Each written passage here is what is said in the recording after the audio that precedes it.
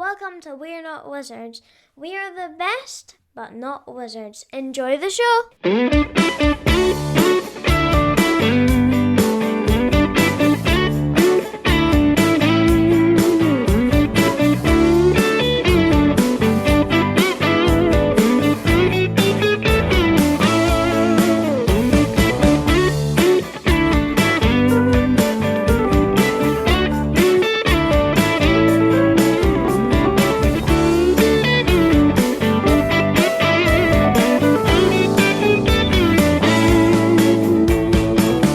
Player board game review, Thunderworks games.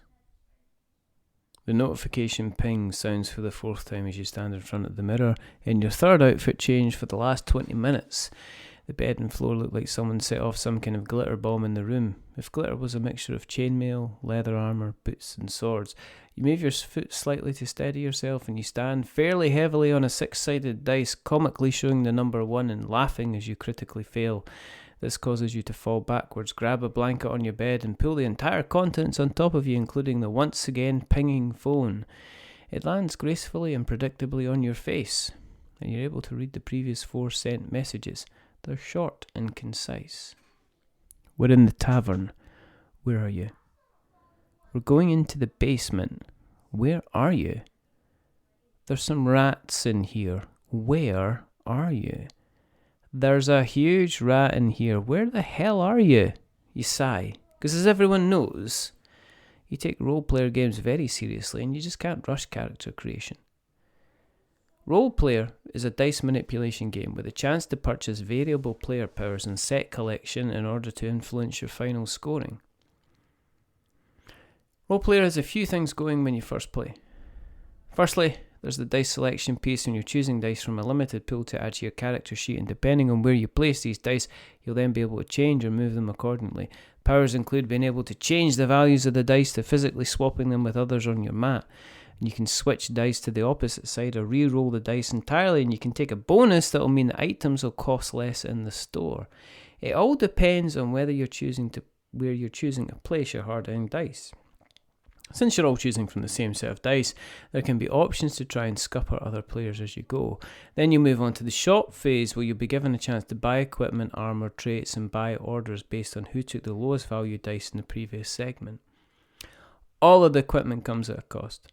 However, you can always forego the chance to buy in order to gain gold for the next round. Some of the cars you buy will change your character's tendencies in the game, switching their attitudes slightly, and this will potentially affect the final scoring in the game. You also need to keep an eye on the overall totals of all the dice to see how they square up against your attribute goals. Everything is all about making the most of your dice, so in turn you can make most of your score. There's a reasonable amount of information to keep an eye on to make sure you're maximising the potential end game, and so it'll take a few games to fully understand where you should be concentrating your efforts. In terms of winning, once all of the dice have been played by all the players, and you move to calculate who's the highest score based on several factors on the character sheet, the traits and equipment that have been purchased, and the person who has to get a shift on and actually meet the rest of their team at the local tavern. Role player is clean, well presented, and with so much chunk you'll feel like you've been to the Chunky Chips restaurant and ordered the chunky vegetable soup with the chunky chips, chunks of sweet corn and chunky toffee banana milkshake. There's something really satisfying about how role player looks end of game, when everyone's board is full to the brim, and it defies you not to spend ages of swirling your hand around the bagged dice for longer than you need to when it's your turn to pick. The iconography is very distinct and removes any chances of confusion as you play. Most importantly, the game boards are clear enough so you can see the state of play for other players without having the need for a big telescope or magnifying glass. And since you're directly competing for a lot of the game, this is a very important consideration. I'm a big fan of the character art. The boards are double-sided with different art on each side. The illustrations on the various traits and equipment cards really help to make the overall aesthetic of the game shine once you're several rounds into playing. And once the game's in full swing, and you have a selection of dice, cards and coins on the table, Roleplayer is a surprisingly decent-looking table presence. In terms of learning, there's a decent-sized tome of a rulebook that does well to explain turns with clear explanations that will have you up and running very quickly. Roleplayer is a relatively easy teach, and it's worthwhile running through a couple of dummy rounds before you start to play properly, because it's going to take a few turns before you figure out how you want to strategize against other players and figure out the best way to approach the market. I don't expect too many return trips to the rulebook once you get up and running. Of course, Thunderworks have done what every caring and considerate design company does and put a round reminder on the back of the rulebook.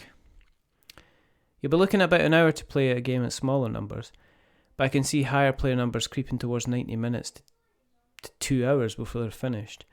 During these turns there'll be a lot of simultaneous play, so higher player counts won't add hours to a normal game.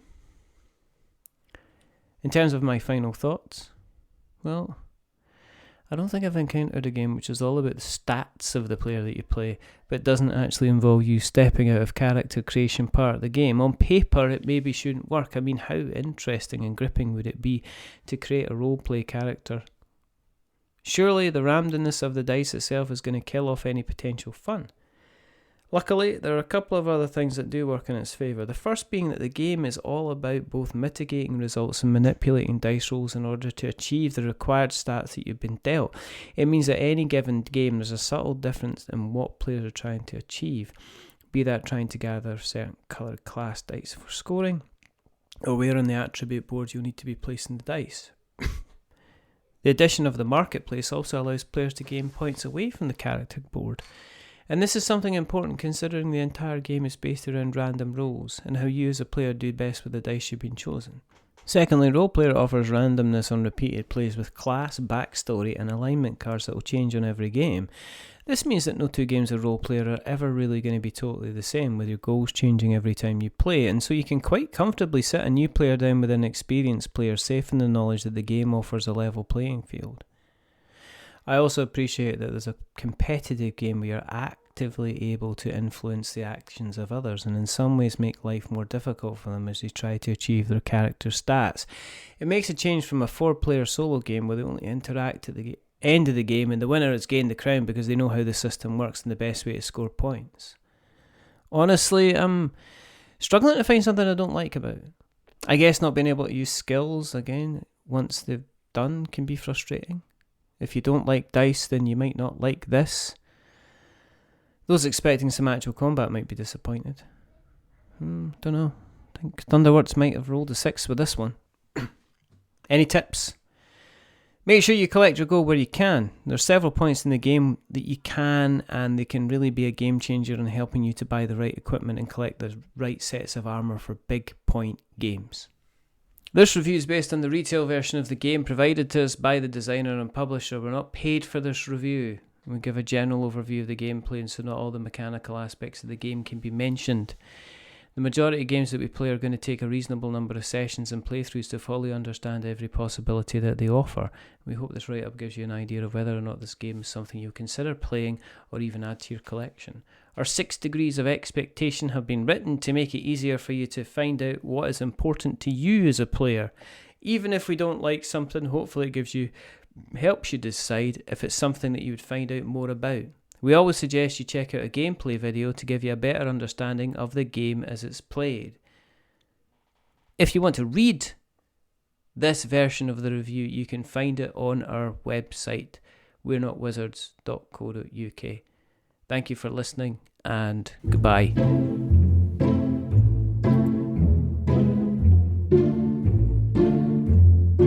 A wizard is never licked.